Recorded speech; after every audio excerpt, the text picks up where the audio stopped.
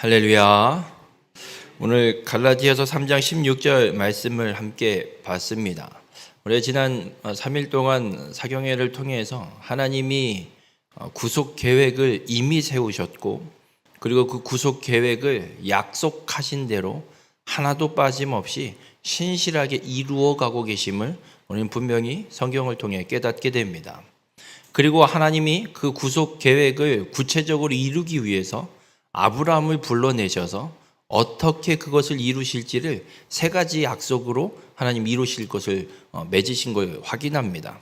첫 번째는 큰 민족을 이루는 것인데, 하나님 애굽으로 이주시키셔서 혼혈이 일어나지 않도록, 세상과 섞이지 않도록 온전한 하나님의 백성으로 큰 민족을 이루게 하셨고, 그리고 약속하신 땅, 그 땅에 이 땅을 내 자손에게 주리라 아브라함에게 약속하신 대로 그 큰 민족을 이룬 이스라엘을 하나님이 애굽에서 건지셔서 광야 40년 길을 걷고 함께 여호수아와 함께 그 가나안 땅을 하나님이 싸우셔서 정복하고 그 땅에 정착하는 사건이 이루어졌음을 우리는 분명 말씀을 통해 보게 됩니다. 그런데 오늘 이 본문 갈라디아서 3장 16절에는 내 자손에 대해서 이 땅을 내 자손에게 주리라 말씀하신 이 약속 중에 내 자손이라는 말이 자손들이 아니라 한 사람을 일컬어 하신 말씀임을 오늘 분명하게 선언하고 있습니다. 그렇다면 이스라엘 민족이 가나안 땅을 정복해서 정착해서 살고 있지만 내 자손, 그 한 사람, 본문에 기록하고 있는 곧 그리스도가 이 땅에 와야 하나님이 말씀하신 약속, 이 땅을 내 자손에게 주리라 하신 약속이 완전히 성취되는 것임을 오늘 말씀이 우리에게 해주고 있습니다. 바라기는 오늘 말씀을 통해서 하나님이 약속하신 대로 이 땅을 내 자손에게 주리라 하신 약속을 성취하심과, 그리고 아브라함에게 맺으신 마지막 세 번째 약속, 땅의 모든 족속이 너로 말미암아 복을 얻으리라, 이 약속을 하나님이 어떻게 이루어 가실지 함께 깨닫는 시간이 되길 주님의 이름으로 축원합니다. 그렇게 가나안 땅을 하나님이 허락하셨는데 이 땅을 내 자손에게 주리라. 이 내 자손은 이스라엘 모든 민족을 포함하고 있긴 하지만 구체적으로 지명하고 있는 사람은 오늘 본문 갈라디아서 3장 16절에 이야기하고 있는 것처럼 예수 그리스도를 분명하게 말씀하고 있습니다. 그러면 가나안 땅, 약속하신 이 땅에 이스라엘 민족을 통해서 예수 그리스도가 오셔서 이 땅을 가지셔야만, 이 땅에 오셔야만 하나님이 이 땅을 내 자손에게 주리라 하신 약속이 완전하게 성취되는 겁니다. 그럼 예수 그리스도가 이 땅에 오셔야 됩니다. 어떻게 오셔야 될까? 어떤 족보를 통해서 오셔야 될까? 분명 아브라함, 이삭, 야곱까지는 하나님이 씨를 주시면서 그 통로로 한 사람씩 지명해 오고 있습니다.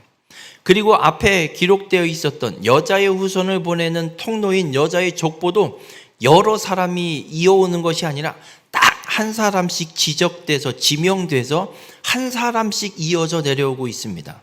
그러면 야곱 이후에는 누가 그 여자의 족보를 이어서 여자의 후손인 예수 그리스도가 이 땅에 오는 통로로 쓰임 받느냐입니다.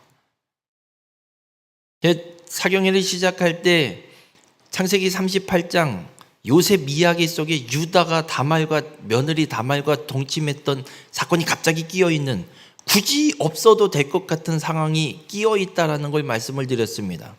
이유가 분명히 있습니다. 왜냐하면 창세기 3장 15절의 말씀을 이루시기 위함입니다. 이 땅에 예수 그리스도, 여자의 후손인 예수 그리스도를 이 땅에 보내는 통로로 야곱 이후에 누구를 쓰시냐입니다.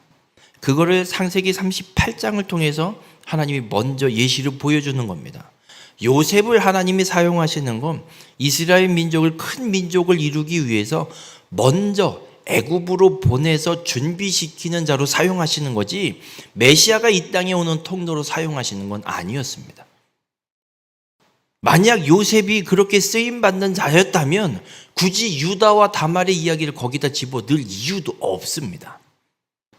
그래서 유다와 다말의 그 대를 이어가는 그 대가 끊어지지 않고 이어가는 사건을 정말 말 같지도 않은 상황을 통해서 이루어지는 것을 그 38장에 기록해 놓고, 이 유다가 예수 그리스도가 오는 통로로 쓰임받는 자라는 걸 어디에서 확증하시냐면, 창세기 49장에 가면 야곱이 죽기 전에 12아들을 다 불러 모아놓고 이 12아들에게 마지막 유언을 합니다.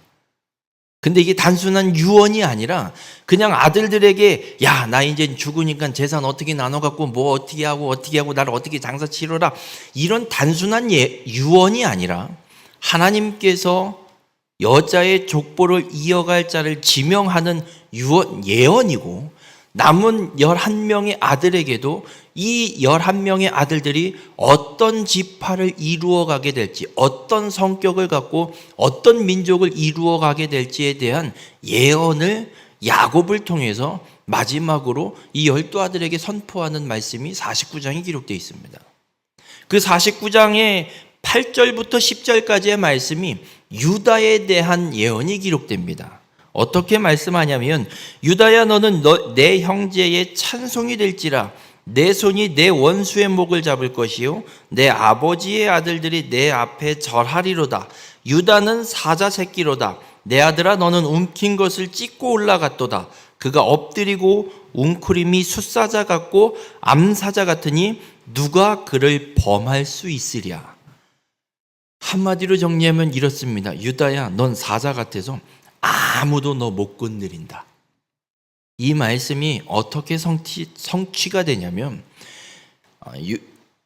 이스라엘의 왕이 세워지는데 첫 번째로는 사울이 왕이 세워지고 그 다음에 다윗이 왕이 세워집니다.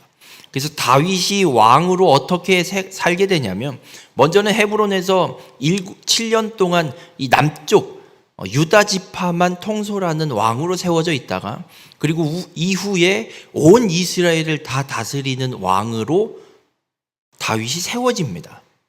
그리고 다윗이 온 이스라엘을 다스리는 왕으로 세워지고 정복 전쟁이 펼쳐지는데, 어느 정도로 펼쳐지냐면 다윗이 싸우러 가지 않아도 알아서 와서 우리가 조공을 마칠 때니 우리는 치지 말아 주시옵소서, 이런 형태의 역사가 펼쳐지고, 누구도 범접할 수 없는 정말 강대국, 이 팔레스타인 가나안 땅만이 아니라 그 주변 지역까지도 다 다스리는 역사가 다윗을 통해서 펼쳐집니다. 이것이 하나님이 유다에게 약속하신 8절과 9절의 이 약속이 그대로 성취되는 약속입니다. 그리고 10절에 또 어떤 약속을 하냐면, 규가 유다를 떠나지 아니하며 통치자의 지팡이가 그 발 사이에서 떠나지 아니하기를 실로가 오시기까지 이르리니 그에게 모든 백성이 복종하리로다.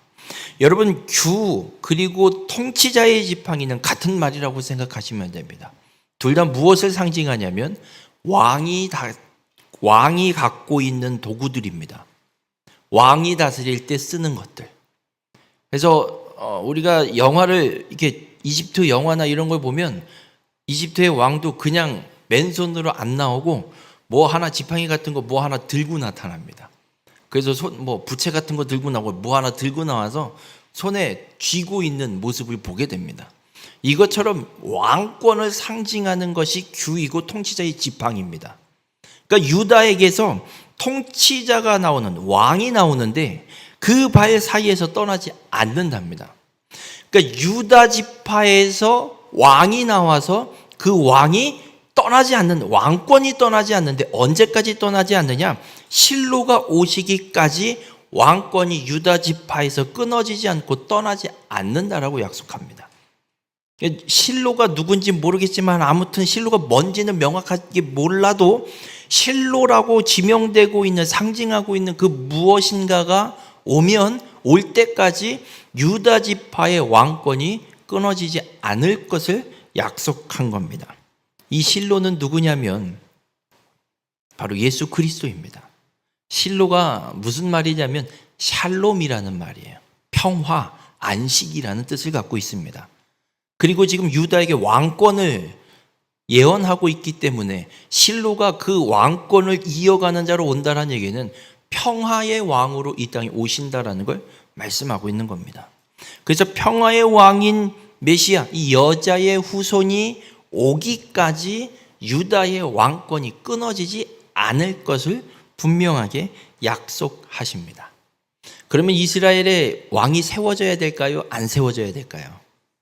세워져야 되지요. 어느 지파에서 왕이 세워져야 되겠습니까? 유다 지파에서 왕이 세워져야 됩니다. 그런데 이스라엘의 첫 번째 왕이 누구지요? 사울입니다. 사울은 어느 지파 사람인 줄 아십니까? 베냐민 지파예요. 베냐민 지파. 아니, 하나님이 야곱을 통해서 창세기 49장에 약속하신 건 유다에게서 왕이 세워지고 그 왕권이 떠나지 않는다라고 분명히 약속하셨는데 왜 베냐민 지파에서 왕이 일어나느냐? 사울을 왕으로 세운 것도 하나님이 시켰습니다. 하나님이 사무엘에게 명령하십니다. 너는 이 청년에게 기름 부어 이스라엘의 왕으로 세워라. 유다에게서 왕권이 떠나지 않는다고 하시면서 베냐민 지파의 사울에게 왕을 세우시는 이유가 있습니다. 이건 벌로 하나님이 왕을 세우시는 겁니다. 이게 무슨 말이냐면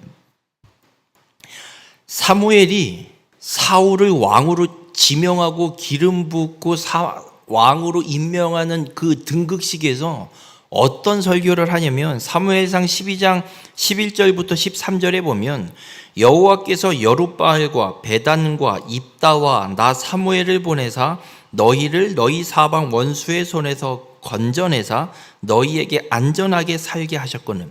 이 말씀은 무슨 말씀이냐면 왕이 세워지기 전 시대인 사사시대를 이야기하는 거예요. 여룻바알은 누구를 이야기하냐면 기드온을 이야기합니다. 그러니까 기드온의 또 다른 이름이 여룻바알이라고 사사기에도 기록하고 있어요. 그 기드온을 이야기하고 있고 베단은 단의 아들이라는 뜻인데 삼손을 이야기하고 있습니다. 사사 삼손을 이야기하고 있고 그리고 입다는 그 사사 입다를 또 이야기하고 있습니다.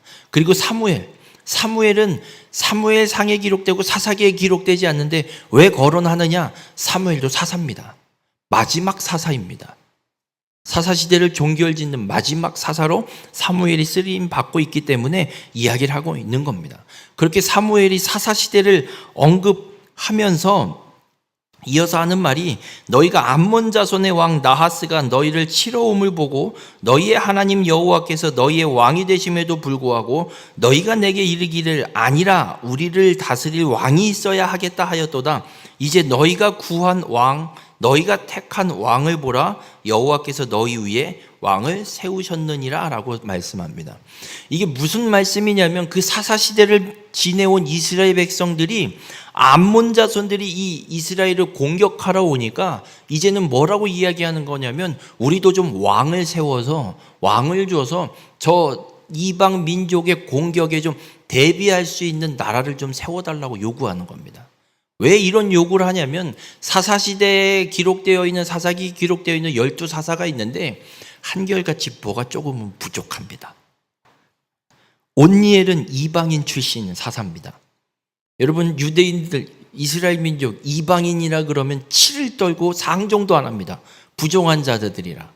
하나님께서도 이들이 세상과 혼혈하지 않도록 애굽에 보내서 그들만 살 수 있도록 만들어서 큰 민족을 이루셨고 여자의 후손이 와야 되는 혈통이기 때문에 그걸 지켜야 되기 때문에 이방과 혼혈, 이방인 절대 싫어합니다. 그런데 사사로 세워놨습니다. 하나님이. 그리고 두 번째 에훗은 왼손잡이라고 기록됩니다. 여러분 이 왼손잡이는 오른손이 있는데 왼손을 써서 왼손잡이가 아니라 오른손 불구를 상징하는 왼손잡이입니다. 그러니까 오른손이 불구 없거나 못 쓰거나 뭐 하여튼 오른손 불구가 돼서 왼손을 쓸 수밖에 없는 사람이에요. 그리고 삼갈은 농부입니다. 소문은 막대기. 농부예요.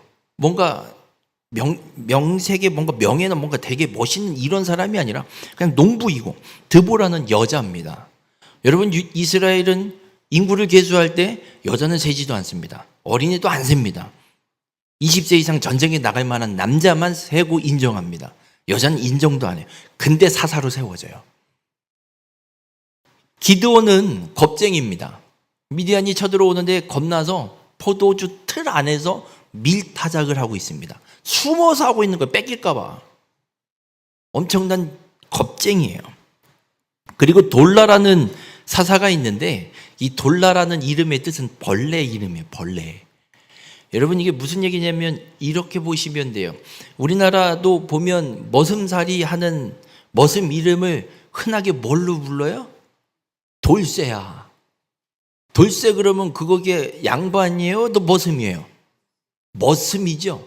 그것처럼 이 이스라엘 민족에도 그런 천민, 뭐 노예를 부르는 그냥 쌍놈을 부르는 그냥 흔히 부르는 이름이 돌라라는 거예요. 근데 그게 사사예요. 이스라엘 백성들 입장에서 볼게요. 왕도 없어요. 통치자도 없고 다스리는 누구도 없어요. 그런데 이방 민족이 쳐들어오면 하나님이 우리를 구원하겠다고 세우는 사사라고 있는데 그 사사라는 것들이 하나같이 다 별 볼 일 없어요.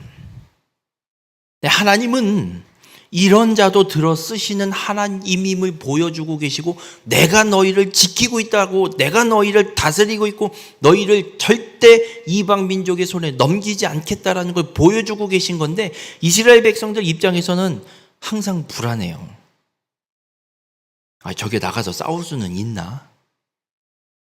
머슴 사는 놈이 나가서 뭘 싸우겠으며, 오른손 불구가 나가서 뭘 싸우겠으며, 여자가 나가서 뭘 하겠다고 불안한 거예요. 그래서 왕을 요구하고 있는 거예요. 그 왕을 요구할 때 사무엘에게 하나님이 뭐라고 말씀하시냐면 사무엘상 8장 7절과 8절에 여호와께서 사무엘에게 이르시되 백성이 내게 한 말을 다 들으라. 왕을 요구하니까 하나님이 사무엘에게 얘기하는 거예요. 백성들이 왕 요구하냐? 그냥 다 들어줘라. 말씀하는 거예요. 이는 그들이 너를 버림이 아니요 나를 버려 자기들의 왕이 되지 못하게 함이니라. 이스라엘의 왕은 하나님이셔서 하나님이 이들을 지금까지 계속해서 인도하고 다스리고 계셨어요.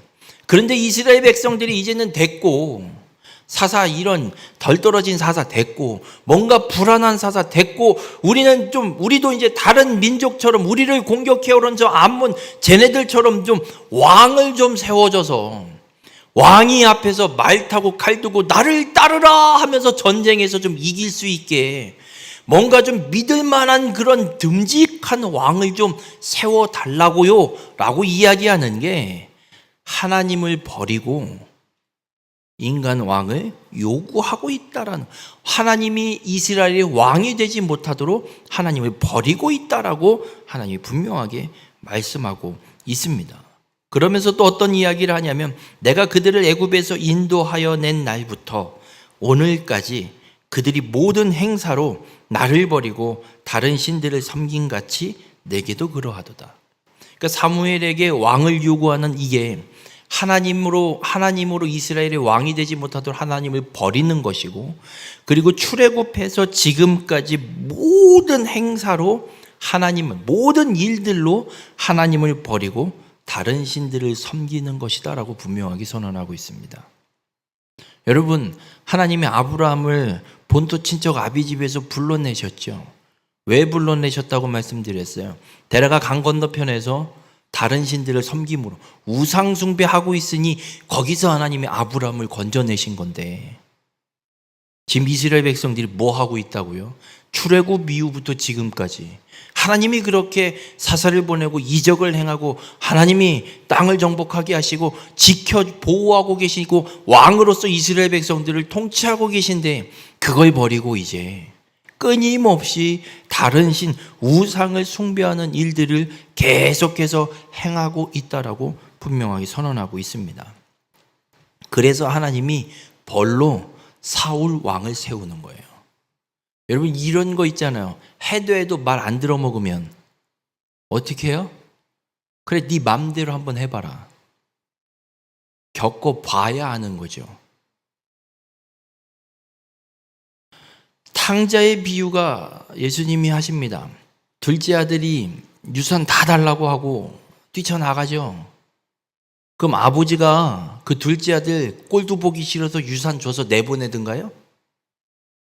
여러분, 그 아버지는 유산 다 줘서 둘째 아들이 나간 날로부터 돌아오는 날까지 단 하루도 빠지지 않고 마을 어귀에서 이 아들이 언제 올까 기다리던 분이에요.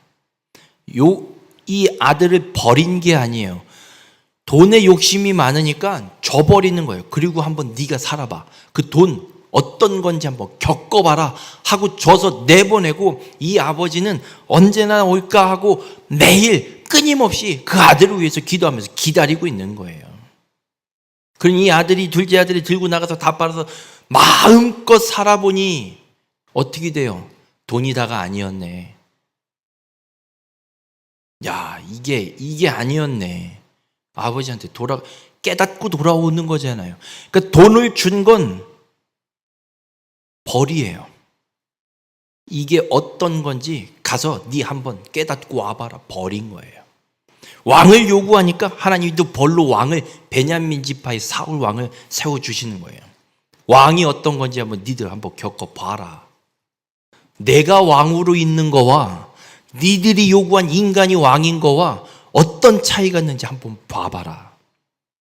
벌로 하나님이 사울을 왕으로 세우신 거예요. 여러분, 그렇게 사울이 뽑혀서 왕이 됐어요. 근데 사울이 왕으로 뽑힐 때 어떻게 하냐면, 미리 하나님이 사무엘을 만나게도 하시지만 이제 모든 민족, 이스라엘 민족을 불러 모아놓고 누가 왕이 될지를 뽑기 시작하는 작업을 합니다. 모든 백성을 모아놓고 12지파 중에 어느 지파가 뽑히는지를 보고, 그 12지파 중에 뽑힌 지파 중에도 어느 족속이 뽑히는지를 또 보고 해서 최종적으로 베냐민 지파의 사울이 뽑힙니다. 그런데 뽑혔는데 사울이 어떻게 하고 있는 줄 아세요?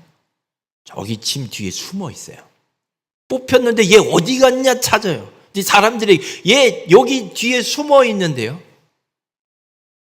그만큼 사울이 처음 왕이 될 때는 부끄러움과 겸손함이 있었던 사람이에요. 그래서 하나님 말씀대로 다스리기도 했던 사람입니다. 그런데 이 사울이 어떻게 변하냐면 하나님의 말씀대로 다스리지 않는, 그래서 자기의 이름을 드러내는 자기의 기념비를 세우고, 사무엘이 늦게 오니까 백성들이 떠난다고 전쟁에 나가야 되는데 사무엘이 오지 않아서 7일째 되는 날, 그날까지 기다려야 되는데 기다리지 못하고 지가 제사를 드려버리는, 진멸하라고, 아멜렉을 진멸하라고 했는데 좋은 것들만 남겨서 자기 뱃속 차리는, 이런 악을 행하는 왕으로 변질되고, 하나님이 사울 왕에 대해서 뭐라고 이야기하냐면 후회하신다라고까지 말씀해요. 하나님은 후회가 없으신 분이에요. 근데 후회하신다라고 말씀하신다는 건 봤지 니들이 요구한 왕 요래, 이게 니들이 요구하는 왕이야 라고 백성들에게 분명하게 말씀을 하고 있습니다. 그렇게 사울이 왕이 되었고, 사울도 왕이 되었을 때 여러분 생각을 해볼게요. 모세오경, 토라, 이 율법을 사울 왕이 봤을까요? 안 봤을까요?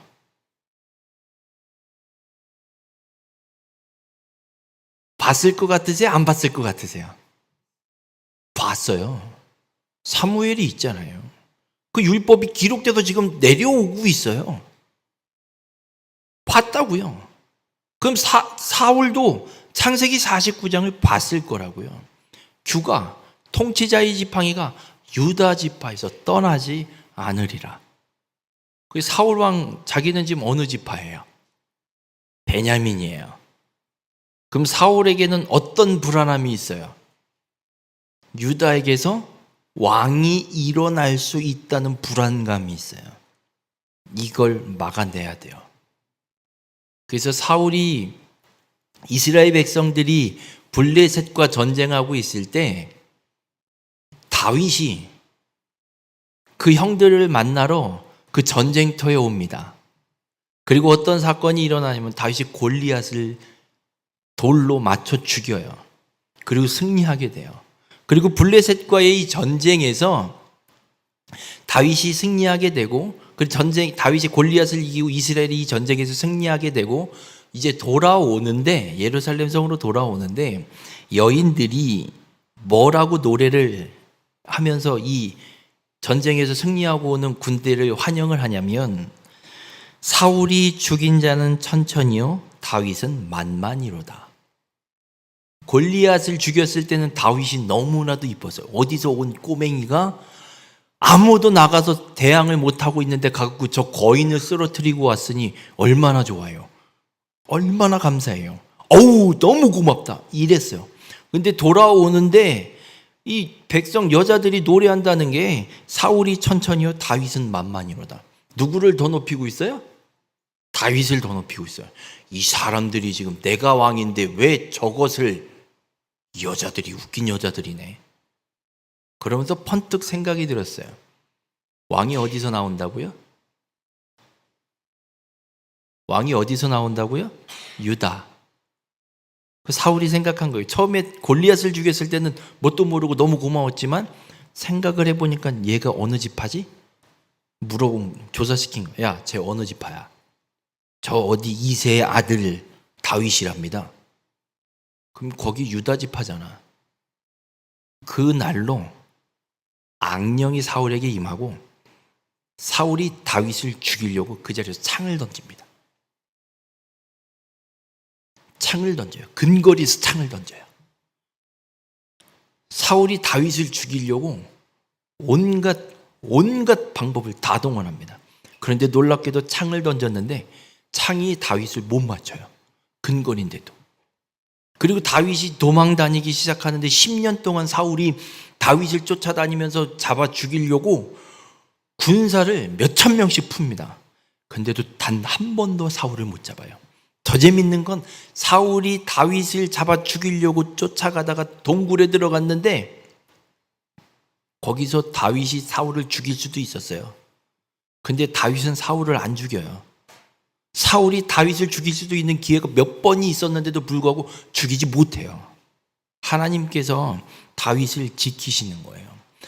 나중에 다윗이 아비가일을 만났을 때 아비가일이 다윗에 대해서 뭐라고까지 이야기를 하냐면 사무엘상 25장 29절에 보면 사람이 일어나서 내 주를 쫓아 내 주의 생명을 찾을지라도, 그러니까 사울이 다윗의 생명, 다윗을 죽이기 위해서 쫓아다녔다는 이야기를 하는 거예요. 내 주의 생명, 다윗의 생명은 내 주의 하나님, 다윗의 하나님 여호와와 함께 생명 싸개 속에 쌓였을 것이요. 그러니까 사울이 다윗의 생명을 찾아 쫓아다닐 때 다윗의 하나님이 다윗을 생명 싸개에 싸서 보호하셨다라고까지 아비가일이 고백하는 걸 보게 돼요. 여러분, 유다의 왕이 될 다윗을 사울이 죽이려고 쫓아다니지만 죽이지 못합니다.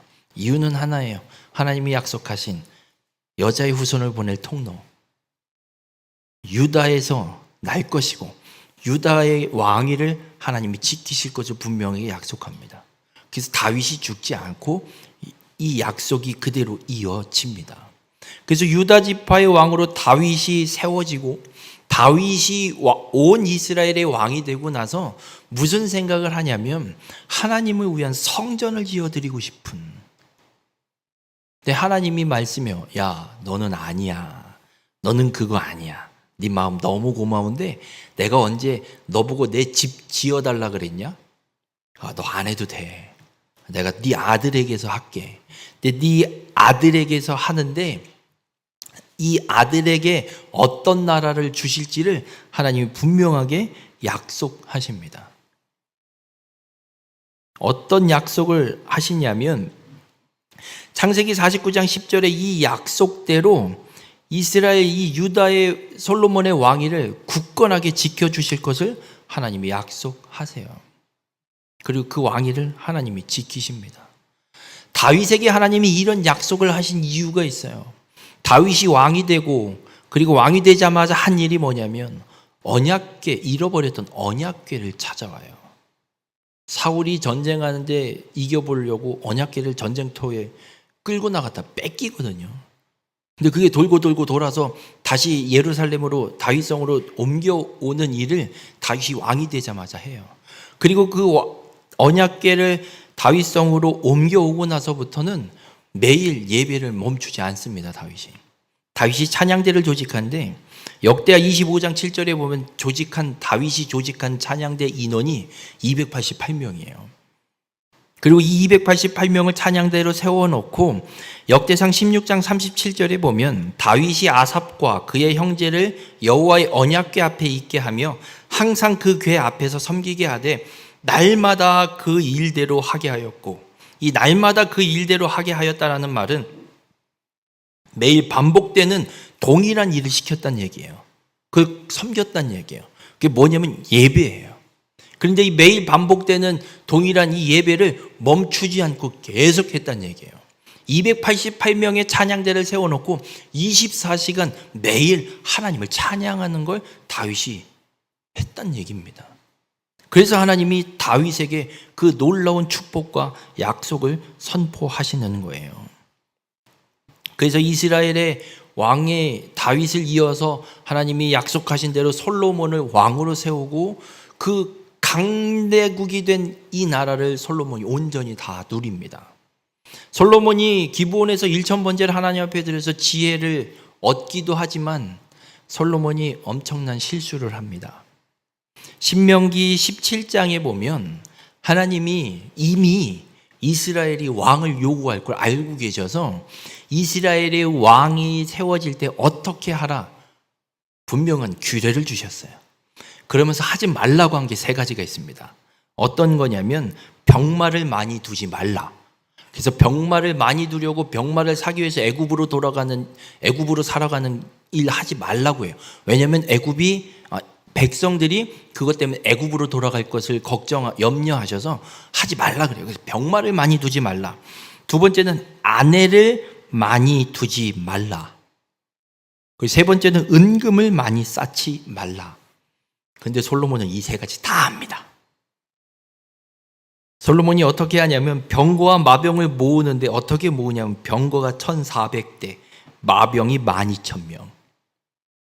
병거가 한 대에 얼마냐면 은 600세겔이에요. 은 600세겔인데 병거가 1400대래요. 그리고 마병이 12000명인데 말 한 필에 150세겔이래요. 여러분 이만큼의 병거와 마병을 구비하려면 돈이 많이 들어요? 조금 들어요? 많이 들어요. 병마를 많이 두기도 했지만 그 병마를 두기 위해서 어마무시한 재물도 쌓아두고 있다는 얘기예요. 동시에. 그리고 아내를 많이 두지 말라고 했거든요.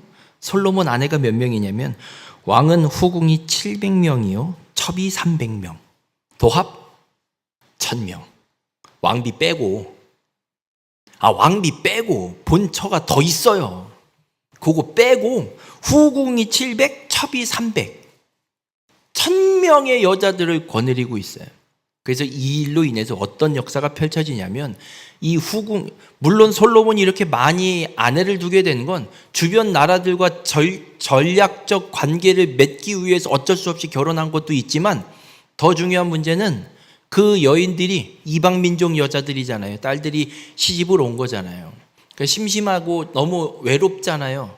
뭐 솔로몬이랑 몇 번이나 자보겠어요. 1000명인데 하루에 한 명씩 솔로몬이 여인들, 아내들, 후궁, 첩들과 잔다고 해도 여러분 순번이 돌아오려면 3년이 넘어요. 3년이 넘는다고요. 얼마나 독수공방이에요, 완전. 그래서 이 여인들이 솔로몬에게 뭘 요구하냐면 저 산골짜기 그냥 어디 아무데나 내가 섬기던 신을 위한 신당 좀 지면 안 될까요? 그걸 지어주기 시작해요. 후궁과 첩만 1000명이에요. 1000개의 신당이 생겨요. 본처들은 왕비들도 여럿 있어요. 그 사람들은 안 만들겠어요? 이것들은 예루살렘의 안에다 집어넣겠지. 그래서 마음이 미혹되어 솔로몬이 결국에는 하나님에게서 마음이 떠났다라고 성경이 기록해요. 그래서 솔로몬에게 벌이 임합니다. 어떤 벌이 임하냐면 나라가 분열될 것을 선언하십니다. 근데 솔로몬에게는 하나님이 다윗에게 하신 약속 때문에 솔로몬 때 이루지 않으시고 솔로몬이 죽고 나서 이루시는 거예요. 그래서 열왕기서를 우리가 지난해 주일날 말씀을 드렸지만 여로보암과 르호보암으로 북이스라엘과 남유다로 분열이 돼서 역사가 펼쳐져요. 그래서 북이스라엘의 역사는 왕위가요 계속해서 바뀌어요. 왕조가 바뀌어요. 그래서 끊임없이 반역과 피해 역사가 북이스라엘에 이루어져요. 왜냐하면 우상 숭배를 끊지 않기 때문에. 그런데 남유다는 왕위가 바뀌지 않아요. 유다, 다윗, 솔로몬, 르호보암 이 왕위가 이 자손이 절대 끊어지지 않아요. 몇 번의 끊어질 위기가 있었습니다. 하나 예를 들면 여호람이 자기 아들을 누구랑 결혼시키냐면 아합 왕의 딸과 결혼을 시켜요. 아합 왕은 어떤 왕이냐면 북이스라엘의 우상 숭배, 바알 숭배의 부흥기를 갖고 온 본 장본인이에요. 우상 숭배 최고의 부흥기를 만들어낸 사람이 아합 왕이에요. 근데 그 아합이 바알 신을 섬기는 딸 그 이세벨과 결혼을 해서 딸 아달랴를 낳는데 이 아달랴도 엄마의 피를 받아서 아주 그냥 바알 우상 숭배 최고봉이에요. 그런데 여호람이 자신의 아들을 이 아달랴와 결혼시켜요. 그리고 나서 왕위가 이어지는데 이후에 북이스라엘의 예후가 일어나서 아합 일가를 진멸하면서 유다의 왕들도 함께 칩니다. 그래서 이 아달랴가 자신의 아들이 왕위로 있었는데 이 왕으로 있던 아들이 예후 사건 때에 죽게 되니까 아달랴가 어떤 방법을 쓰냐면 자기가 왕이 되려고 손주들을, 아들이 죽었잖아요. 그러면 그 손주가 왕위를 이어가야 되잖아요. 그래서 손주들을 싹 다 죽이고 지가 왕이 되려고 해요. 그래서 싹 다 그 몇십 명 되는 손주를, 잔인한 할머니예요. 다 죽여요. 그런데 그때 하나님이 한 사람을 살리십니다. 그게 요아스예요. 갓난아기 요아스를 살려서 7살 되던 해에 아달랴를 처리하시고 왕으로 세워서 이어가게 하세요. 이유가 창세기 49장 10절에 말씀한 것처럼 실로가 오시기까지 왕위가 떠나지 않으리라 하신 이 약속대로 하나님이 지켜주시는 거예요. 또 한 번 하나 말씀을 드리면 히스기야 왕이 죽을 병에 걸려서 이사야 선지자를 통해서 선언을 받습니다. 그때부터 히스기야가 기도하잖아요. 그래서 생명 연장 15년을 받아요. 여러분, 기도해서 생명 연장 15년이 받은 게 아니라 하나님께서 15년 연장을 이미 계획하고 계셨어요. 왜냐하면 히스기야 아들이 므낫세예요. 므낫세가 왕이 되는 나이가 몇 살이냐면 12살이에요. 히스기야가 생명 연장 몇 년 받았다고요? 15년.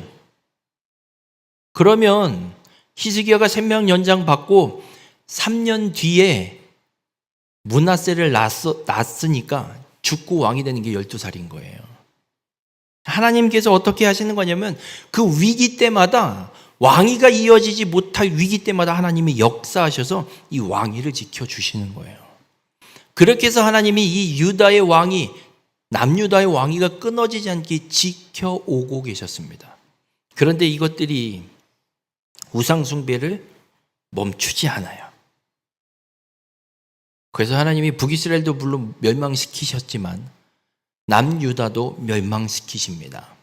그런데 두 나라가 멸망당할 때 일어났던 제국이 달라요. 북이스라엘이 멸망당할 때는 아수르 제국이 일어났었습니다. 아수르 제국은 자신들이 정복한 나라들을 혼혈시켜버려서 그 정복한 나라들의 민족성을 말살시키는 작업을 해요. 그래서 어떻게 하냐면 정복한 나라의 백성들 절반 정도를 잡아다가 다른 나라에다가 갖다 뿌려버리고 다른 나라에서 잡아온 사람들을 이 나라에 또 갖다 뿌려버리는 거예요. 그러니 사마리아 성읍을, 사마리아 사람들을 유대인들이 치를 떨고 이방이 취급한 이유가 여기에 있어요. 북이스라엘 수도가 사마리아 성읍인데 아수르에 의해서 멸망하면서 이방 민족이 이 땅에 들어오고 끌려나가고, 그래서 이 사마리아 성읍에 있는 그 이스라엘 족속들이 혼혈이 일어나서 이방 민족과 혼합이 일어나 버린 거예요. 그래서 유대인들이 이 사마리아 성읍 사람들을 그냥 이방인 취급해 버리는 거예요. 만약 남유다도 아수르에 의해서 멸망당하면 동일한 사건이 일어날 거예요. 근데 하나님이 아수르를 쳐버리시고 바벨론을 그 짧은 시간에 일으켜 세우십니다. 그리고 바벨론에 의해서 이 유다를 멸망시키는데, 바벨론은 어떤 제국이냐? 그 정복한 나라의 민족성을 인정해주고 왕도 세워주고 종교도 인정해줘서 니들 마음대로 하라고 해요. 그래서 신약 성경에 가면 회당이라는 게 생겨요. 이게 왜 생기냐면 바벨론 포로 때 이들이 포로로 끌려가서 바벨론에 살면서 종교를 인정받으니까 그곳에서 모이기 위한, 유대인들이 모이기 위한 회당을 짓고 모이기 시작한 거예요. 그게 그대로 복음서에 기록되고 있는 회당으로 이 예루살렘에도 동일하게 들어오게 되는 겁니다. 여러분, 하나님께서 이 역사를 펼쳐가는 모습 속에 우리에게 분명하게 말씀하신 게 있어요. 약속하신 대로 그 약속을 하나님이 신실하게 이루어내시는 거예요. 유다가 하나님 앞에 우상숭배죄를 버리지 않는 것 때문에 징계로 이것들을 멸망시키는데도 하나님이 그 약속을 지킬 자, 그 제국을 일으켜서 지키시는 거예요. 그리고 바벨론의 포로로 그냥 보내서 끝내시지 않습니다. 다시 귀환시키십니다. 70년 만에. 출애굽기에 말씀하고 있는 것처럼 그것들에게 절하지 말며 그것들을 섬기지 말라. 나 내 하나님 여호와는 질투하는 하나님인즉 나를 미워하는 자의 죄를 갚되 아버지로부터 아들에게로 3, 4대까지 이르게 하거니와. 우상을 만들지 말고 우상을 숭배하지 말라는 이 10계명의 말씀대로 이것을 어겼을 때 우상 숭배의 죄값은 내가 3, 4대에 이르도록 분명히 묻겠다. 그래서 우상 숭배를 버리지 않았던 유다에게도 바벨론의 포로로 보내셔서 3, 4대에 이르는 그 시간 70년을 보내게 하셔서 그 죄값을 묻고 끝내신 다음에 다시 이들을 약속의 땅인 가나안 땅으로 보내셔서 회복을 이루십니다. 그리고 시간이 흘러서 예수 그리스도께서 이 땅에 오심을 이루어 내십니다. 그래서 마태복음 1장에 아브라함, 다윗, 예수 그리스도의 족보로 하나님께서 창세기 3장 15절에 약속하셨던 여자의 후손을 보내겠다. 그리고 그 여자의 후손을 보내는데 어떻게 하실지 아브라함을 통해 약속하신 대로 큰 민족을 이루고 땅을 주시고 그리고 너로 말미암아 땅의 모든 족속이 복을 얻으리라는 이 약속을 하나님 이루어 가심을 분명하게 보여주고 있습니다. 예수 그리스도께서 그렇게 요셉과 마리아를 통해 이 땅에 베들레헴에 태어나시고 이 땅에서 하나님의 그 구속 사역을 온전히 이루어내심으로 창세기 49장 10절에 유다의 지파에서 실로가 온다라는 것, 그리고 내 자손에게 이 땅을 주겠다라는 하나님의 이 약속이 완전하게 성취되는 걸 보게 됩니다. 우리 모든 성도님들, 하나님의 말씀을 반드시 믿으시길 바랍니다. 하나님 말씀은 반드시 이루어집니다. 하나님께서 이루십니다. 우리가 능력이 있고 우리가 재능이 있고 우리가 무엇인가 거룩해서 하나님의 약속이 이루어지는 것이 아니라 우리는 아무것도 아니고 별 볼 일 없는 존재입니다. 별 볼 일 없는 그런 존재를 하나님이 사사로 들어 사용하셔서 이스라엘을 구원하시는 것처럼, 그렇게 이스라엘의 왕으로 하나님이 다스리시는 것처럼 우리는 별 볼 일 없습니다. 그러나 별 볼 일 없는 우리를 하나님이 다스리시고 우리의 왕이 되어주시기에 우리의 삶에 하나님의 약속과 말씀이 그대로 이루어지는 것임을 믿으시길 바랍니다. 우리 모든 성도님들의 삶이 그 하나님의 말씀을 믿고 하나님을 신뢰함으로 하나님의 약속이 성취되는 귀한 축복의 삶이 되시길 주님의 이름으로 축원합니다. 이제 한 가지 약속 남았습니다. 땅의 족속이 너로 말미암아 모든 족속이 복을 얻으리라. 하나님도 이 약속을 반드시 이루십니다. 이 약속을 어떻게 이루시는지는 일단 오후 예배 함께 깨닫기를 원합니다. 바라기는 우리 모든 성도님들이 하나님의 약속이 반드시 이루어짐을 믿고 끝까지 하나님의 약속이 이루어지는 일에 온전히 쓰임받는 귀한 축복의 삶이 되시기를 주님의 이름으로 축원합니다.